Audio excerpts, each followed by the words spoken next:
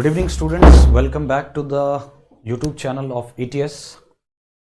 So today's we'll start with a new chapter, that is making in Constitution. First, we have covered the preamble, and the second today we'll cover, that is making of the Indian Constitution. First, we will in the first unit we are doing, as I have already told you.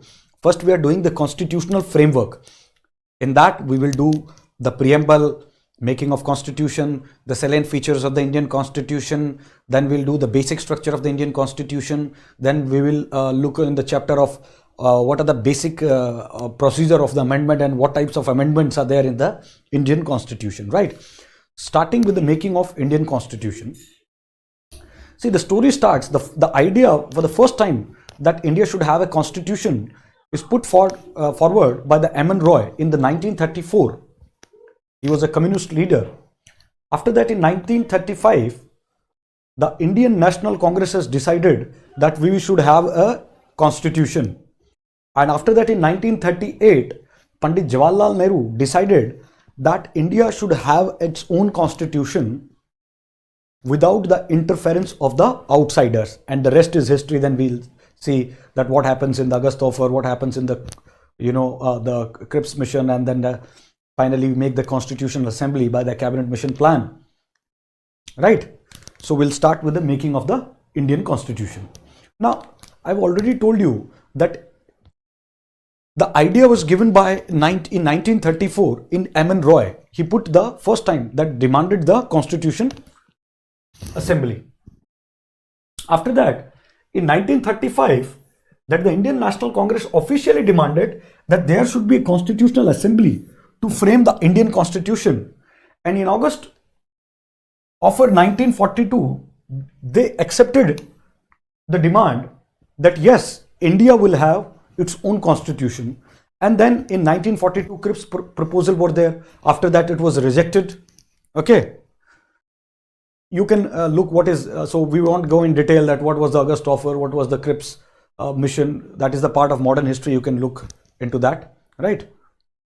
But you can, you should know the basic understanding that the first time officially that they will accept the demand that yes, India will have our own constitution was in the 1940 in the August Offer. After that, Cripps proposal gave that this thing should be involved, but many other parties, including Muslim leagues and other parties, they rejected the demand of the Cripps proposal, right?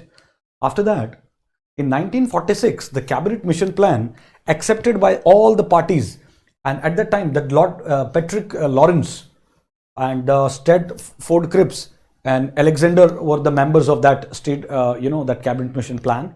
After that, in 1946, they accepted, and it was accepted by all parties that India will have its own constitution, and we created a Constitution Assembly. Now, Constitution that constituted in November 1946 under the Constitution Cabinet Mission Plan, जो current India का constitution है उसको total बनने में 11 sessions लगे थे. कितने sessions लगे थे? 11 सेशंस. ये कई बार यूपीएससी तो इतने फैक्चुअल क्वेश्चन नहीं पूछता, लेकिन सीडीएस में या अदर वेरियस गवर्नमेंट एग्जाम्स में ये पूछ सकते हैं कि कॉन्स्टिट्यूशन बनने को 11 सेशंस लगे थे. टोटल 11 सेशंस लगे थे, राइट? और कितना टाइम लगा? 2 years, 11 months and 18 days. Constitution को बनने में कितना टाइम लगा था? 2 साल, 11 महीने और 18 दिन. ठीक है. Seats were allotted as per the population proportion, voting by the method of proportional representation. ठीक है. अब यूपीएससी पॉइंट ऑफ व्यू से अगर कोई क्वेश्चन आएगा कि कॉन्स्टिट्यूशन जो कैबिनेट मिशन प्लान था, तो उसके अंदर जब कॉन्स्टिट्यूंट असेंबली बनाई, उसके मेंबर्स दे वर डायरेक्टली इलेक्टेड, इनडायरेक्टली इलेक्टेड, वर पार्टली नॉमिनेटेड. तो इसका आंसर ये होगा indirectly elected and few people are partially nominated by the method of universal adult franchise. ठीक है. मतलब सबको एक वोट देने का अधिकार था. आधे मेंबर जो थे वो indirectly they were selected by the provincial assemblies, आधे जो मेंबर्स थे they were nominated by the provincial assemblies. ठीक है. तो partly it was a elected body and partly it was a nominated body. ठीक है, ये याद रहेगा आपको। फिर उसके बाद में अपन देखते हैं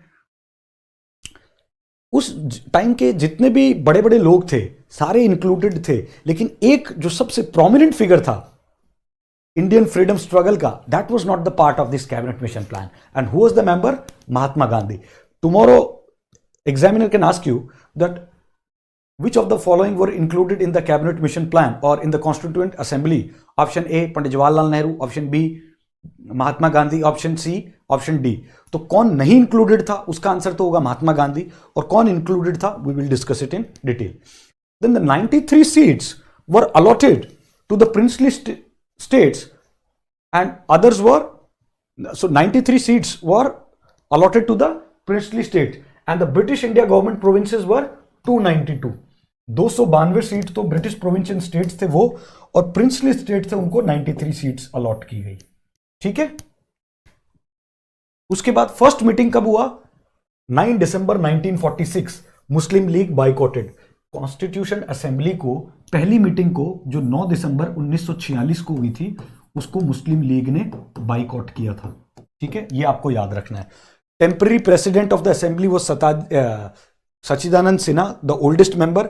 फिर राजेंद्र प्रसाद को इलेक्टेड किया था president of the constitution assembly. ठीक है, वाइस प्रेसिडेंट थे एच.जी. मुखर्जी और वी.टी. कृष्णमाचारी। तो who was the president of the constituent assembly? That was Rajendra Prasad. और सबसे पहले जो टेम्पररी प्रेसिडेंट किया था सच्चिदानंद सिन्हा को, जो कि ओल्डेस्ट मेंबर थे। ठीक है, ये आपको याद रखना है। ये जो चैप्टर है making of the Indian constitution, इसके अंदर जो चैप्टर से क्वेश्चन आएंगे वो प्रिंसिपल बेस्ड क्वेश्चन नहीं होंगे। ठीक है, वो आपको फैक्चुअल बेस्ड क्वेश्चन आएंगे। तो आपको इस चैप्टर के अंदर फैक्चुअल डाटा के ऊपर ज्यादा थोड़ा सा ध्यान रखना है। ठीक है, जैसे आपको याद रखना है 1934 के अंदर पहली बार आइडिया आया कॉन्स्टिट्यूशन का, एम.एन. रॉय।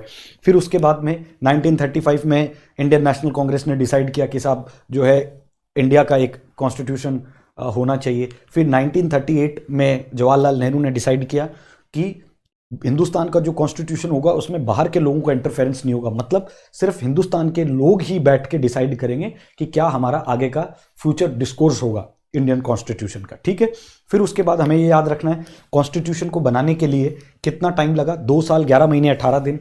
ठीक है, पहला प्रेसिडेंट उसका कौन था? परमानेंट प्रेसिडेंट था राजेंद्र प्रसाद। ठीक है, फिर उसके बाद में हमें जो इंपॉर्टेंट चीज याद रखनी है, how are the members elected? The members were indirectly elected, partially elected and partially nominated. तो ये आपको जो है फैक्चुअल डाटा याद रखना है। फिर उसके बाद में हम देखेंगे Pandit Jawaharlal Nehru moved the historic resolution 13 December 1946। आपको याद होगा इससे पिछले चैप्टर में जब मैं आपको प्रियम्बल पढ़ा रहा था तो मैंने क्या कहा था, जो ब्लूप्रिंट था हमारे प्रियम्बल का वो यहीं से आया। जो ऑब्जेक्टिव रिजोल्यूशन मूव किया था पंडित जवाहरलाल नेहरू ने 13 दिसंबर 1946 की मीटिंग को, वही ब्लूप्रिंट था हमारे इंडियन प्रियम्बल का। ठीक है, जिसके अंदर कंटेंट थी बेसिक फिलॉसफी, हमारा कॉन्स्टिट्यूशनल स्ट्रक्चर कैसा होगा। ये जो प्रपोजल पंडित जवाहरलाल नेहरू ने प्रपोज किया था, इस प्रपोजल के अंदर एक बेसिक फिलॉसफी थी हमारे कॉन्स्टिट्यूशनल स्ट्रक्चर कैसे होगा।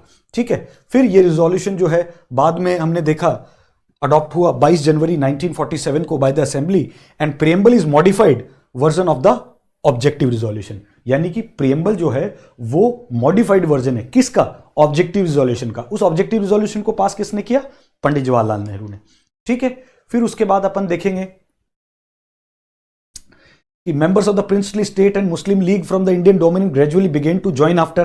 पहले तो मुस्लिम लीग ने बाइकॉट किया था फर्स्ट मीटिंग को 9 दिसंबर 1946 को। फिर उसके बाद उन्होंने आगे कर दिया। फिर एक्सेप्टेंस हुआ माउंटबेटन प्लान को 3 जून 1947 को।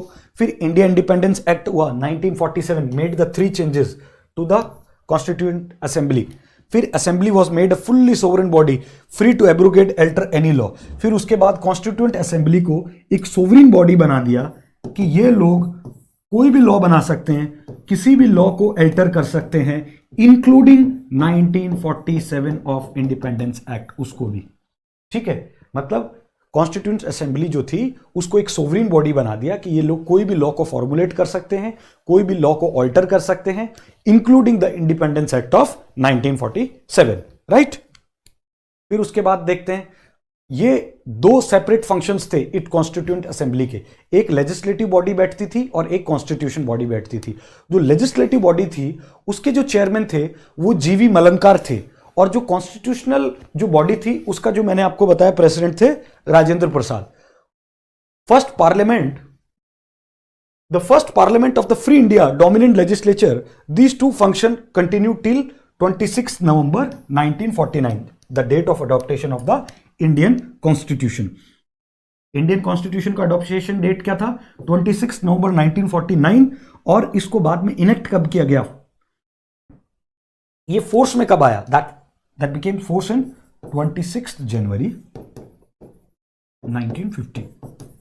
जो पूर्ण स्वराज दिवस था हमारा 26 दिसंबर, इसको इसीलिए इसको हम रिपब्लिक डे भी बोलते हैं, ठीक है ना,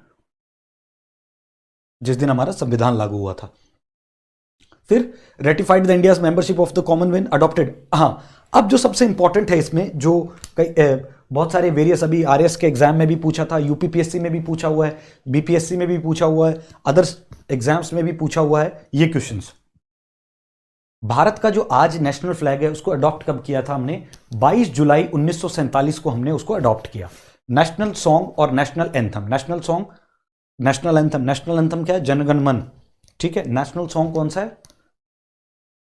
वंदे Mataram, this is called national song. इसको नेशनल फ्लैग को किया 22 जुलाई 1947 को, नेशनल सॉन्ग और नेशनल एंथम को किया 24 जनवरी 1950 को, ठीक है। और elected Rajendra Prasad as the first president of India on 24 जनवरी 1950। तो फ्लैग कब किया? 22 जुलाई 1947 को हमने फ्लैग को अडॉप्ट किया। नेशनल सॉन्ग और नेशनल एंथम को हमने 24 जनवरी 1950 को, और 24 जनवरी 1950 को ही हमने भारत का पहला राष्ट्रपति, जो कि डॉक्टर राजेंद्र प्रसाद, जिनको राजेंद्र बाबू भी कहा जाता है, उनको इलेक्ट किया, ठीक है। This is the history. Final session था 24 जनवरी 1950। उसके बाद आपको याद होगा January 26 is known as Republic Day. इसी दिन हमने कॉन्स्टिट्यूशन को जो है फोर्स के अंदर हम लेके आए, ठीक है। Till now the formation of the new parliament. Total session मैंने आपको बताया 11 सेशन हुए थे, 2 साल 11 महीने 18 दिन, ठीक है। ये आपको याद रखना है। कॉन्स्टिट्यूशन असेंबली के टोटल 11 सेशन हुए थे। पूरा हमारा जो संविधान बना उसको 2 साल 11 महीने और 18 दिन लगे थे टोटल, ठीक है। फिर उसके बाद में हम देखेंगे अडॉप्ट कब किया। इसको हमने अडॉप्ट कब किया था? 26 नवंबर 1949 को। उस टाइम पे जब ये कॉन्स्टिट्यूशन बना था उस वक्त 395 आर्टिकल थे, 8 शेड्यूल थे। आज कितने आर्टिकल है वो अपन डिस्कस करेंगे। कितने शेड्यूल है आज? 12 शेड्यूल। कॉन्स्टिट्यूशन के आज कितने पार्ट में है कॉन्स्टिट्यूशन? 25, ठीक है। More than 400 today articles are there, ठीक है। The preamble was enacted after the entire constitution was already enacted to align with the philosophy of the constitution। मैंने आपको बताया प्रीएम्बल जो था that is known as the founding philosophy of our constitution। और preamble कहां से लिया गया? Objective resolution of the moved by the Pandit Jawaharlal Nehru, ठीक है। प्रीएम्बल आपको मैंने प्रीवियस चैप्टर में बताया था ना, that gives you the basic idea and philosophy of our constitution, in which you can decide that what is the nature of the Indian state, what kind of justice Indian constitution provide, what kind of equality Indian constitution provide, you know, when we talk about sovereignty, socialist, democratic, republic, ये सारे जो important keywords हैं ये सब हमारे preamble के अंदर जो है mentioned है, ठीक है। फिर मेजर कमिटीज, ये कौन कौन सी मेजर कम्युनिटीज थी? Major committees, union power committee जिसको पंडित जवाहरलाल नेहरू हेड करते थे, major power committee, union constitution committee और स्टेट कमेटी, इसको हेड करते थे जवाहरलाल नेहरू। ये आपको याद रखना है हमेशा। Union power committee, union constitution committee जो ठीक है, जो कॉन्स्टिट्यूशन को डिसाइड कर रही थी, और स्टेट्स कमेटी, इन सबको हेड थे या जो इसके चेयरमैन थे इस कमेटी के, जवाहरलाल नेहरू थे। रूल्स ऑफ प्रोसीजर, जो कैसे हमारी पार्लियामेंट चलेगी, क्या क्या रूल्स होंगे, और स्टीयरिंग कमेटी, उसके हेड थे राजेंद्र प्रसाद।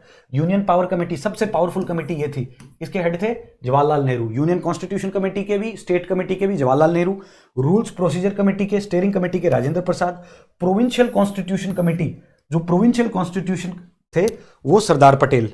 और ड्राफ्टिंग कमेटी के बी.आर. अम्बेडकर, जिसने ड्राफ्टिंग कमेटी के चेयरमैन थे बी.आर. अम्बेडकर, जिसने हमारा पूरा कॉन्स्टिट्यूशन डिजाइन किया, उस कमेटी के चेयरमैन थे डॉक्टर बी.आर. अम्बेडकर। और जो एडवाइजरी कमेटी थी ठीक है, ऑन फंडामेंटल राइट्स और माइनॉरिटी के राइट्स, ट्राइबल के राइट्स, एक्सक्लूडेड एरियाज, उसके थे सरदार पटेल। ठीक है, तो सरदार पटेल जो थे उन्होंने एक तो प्रोविंशियल जो कॉन्स्टिट्यूशन कमेटी थी उसके हेड थे, और एक एडवाइजरी कमेटी जो जिसने ये डिसाइड किया कि कॉन्स्टिट्यूशन के अंदर फंडामेंटल राइट्स होने चाहिए, माइनॉरिटी और ट्राइबल एरिया जो कम्युनिटीज हैं उनको राइट्स देने चाहिए। ठीक है, उसके चेयरमैन थे B.R. अम्बेडकर। ठीक है, ये आपको मेजर कमेटीज आप पॉज करके इसको अपनी कॉपी में लिख लीजिए, नोट डाउन कर लीजिए। ये एग्जाम में हूबहू एग्जाम क्वेश्चन पूछ लेते हैं, चाहे यूपीएससी हो चाहे कोई एग्जाम हो, यूपीएससी में भी पूछते हैं ये questions.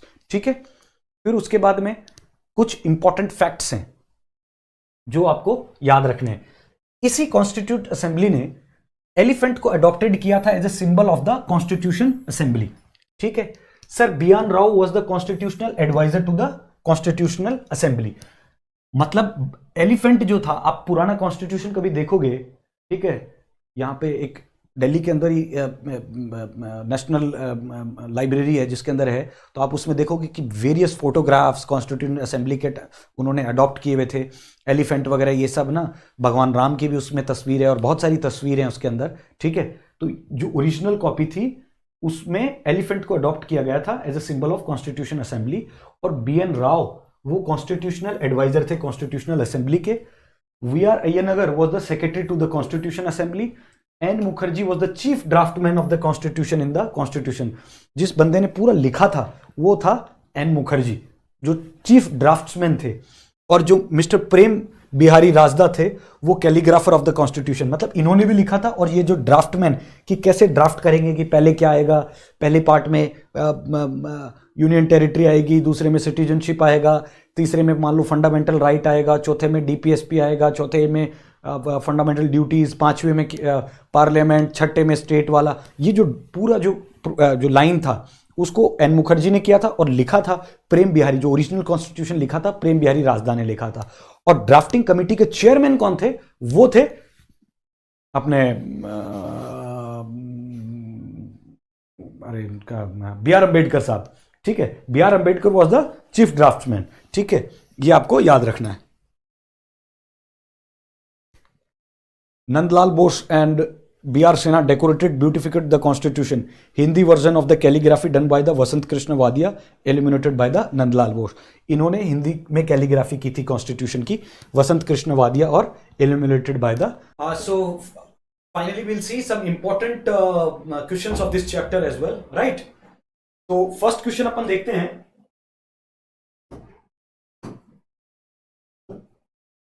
With these are the previous year important questions. With reference to the Indian history, the members of the Constituent Assembly from the province were, ये आपको ये क्वेश्चन इसमें ये पूछा है कि जो मेंबर्स थे कॉन्स्टिट्यूएंट असेंबली के, they were the from the province, were इनका स्टेटस क्या था। ठीक है, तो ये क्वेश्चंस को आपको ढंग से देखना है।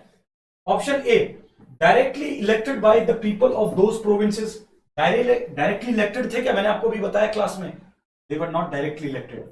Option A, eliminate. Nominated by the Indian National Congress and Muslim League. Option B, eliminate. Elected by the Provincial Legislative Assembly, हो सकता है। Selected by the government for their expertise in the constitutional matters, नहीं। So the correct answer would be C. They were elected by the Provincial Legislative Assembly. और जो members थे Provincial Constituent Assembly के, वो they were partially elected and partially nominated. तो आपको ये भी याद रखना है, ये अभी जस्ट क्लास में मैंने आपको बताया। And this is C, directly asked in the UPSC exam. ठीक है, अगर ये क्लास भी आप एज इट इज कर लोगे तो एक भी क्वेश्चन नहीं छूटेगा आपका। Second question, according to the constitution of India, which of the following are the fundamental for the governance of the country. Now इनमें से कौन सा which is very fundamentally essential for the governance of the country. तो governance of the country के लिए fundamental duties तो नहीं हो सकता, आप एलिमिनेट कौन कौन सा कर सकते हैं मैं बता रहा हूं। ठीक है, फंडामेंटल राइट भी गवर्नेंस के लिए नहीं है, क्योंकि fundamental right they promote political democracy in the country. क्या प्रमोट करते हैं? Political democracy in the country. So the answer would be directive principle of the state policy. DPSP इसका आंसर होगा, लेकिन मुझे पता है ये बड़ा कंफ्यूजिंग है, क्योंकि इस ऑप्शन में बहुत सारे बच्चे कंफ्यूज हो जाएंगे। लेकिन अगर ये आप दो भी एलिमिनेट कर लेते हैं तो there is a 50% of chance that you can correct this question. लेकिन जो fundamental governance of the country कि कैसे हमें, क्योंकि देखिए डीपीएसपी में डिटेल्ड गवर्नेंस बताया गया है कि किस तरह से कौन सी इंपॉर्टेंट चीजें हैं हमारी कंट्री के लिए जिससे हम गवर्न हो सके अच्छे से, दैट विल बी डीपीएसपी, क्योंकि DPSP talks about the welfare state of the nature. What my point. Third question है, under which of the schedule constitution of can be transfer to the tribal land to the private parties for mining can be declared null and void. ठीक है, under which schedule of the constitution of India can transfer, मतलब कौन से भारत के संविधान के कौन से पार्ट से हम ट्रांसफर कर सकते हैं tribal land to private parties for mining declare will be null and void. किसमें होगा ये, that will be in the fifth schedule. Answer will be fifth schedule, क्योंकि ये फिफ्थ शेड्यूल में एक डिटेल्ड प्रोविजन दिया गया है ना शेड्यूल्ड ट्राइब्स के लिए, और there is a certain provisions for the scheduled areas and for the administration and all, right? So the correct answer will be the fifth schedule. Now, fourth question, which part of the Constitution of India declares the ideal welfare state? इनमें से constitution का कौन सा part declare करता है कि ideal welfare state है India? Fundamental rights, wrong. Seventh schedule, wrong. Which of the constitution India declares the ideal welfare state? तो वेलफेयर स्टेट की बात कौन करता है? Directive principle of the state policy. All about the constitutional assembly.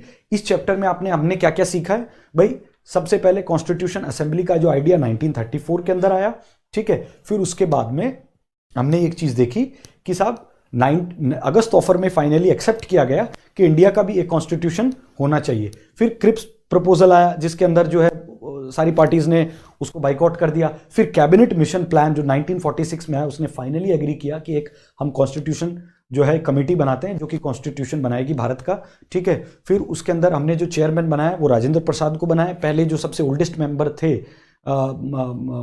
उनको as a temporary, सच्चिदानंद सिन्हा को temporary president बनाया. Constitution को बनने में कितना टाइम लगा? 2 साल 11 महीने और 18 दिन, ठीक है. फिर उसके बाद हमने देखा कि नेशनल फ्लैग कब बना, 22 जुलाई 1940 उसको. फिर नेशनल सॉन्ग, नेशनल एंथम ये कब बने. फिर फाइनली कॉन्स्टिट्यूशन अडॉप्ट हुआ 26 नवंबर 1949 उसको, which came into effect into 26 January 1950. This was all we have seen that how our constitution has came. ये पूरा हिस्ट्री था कि कैसे हमारा कॉन्स्टिट्यूशन बना. This was all about. Third chapter will come with the salient features of the Indian constitution, ठीक है. This was all about. Thank you so much.